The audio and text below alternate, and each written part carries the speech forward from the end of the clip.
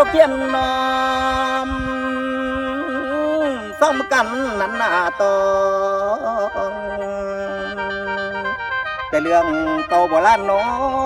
เอาแต่พอจื้อใดประไทยเข้าอย่าเล่าเลือนลาสวมวิญญาณอ่านเอื่อนพงหูเงินนิทานหลั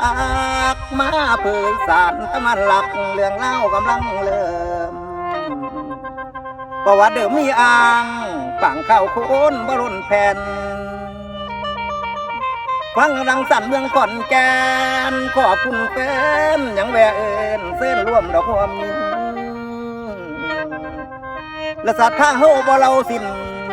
แต่ผินลำได้นำหาล้างสันป่าแต่เพียงยามที่ห่างห้ามแต่เพียงคัง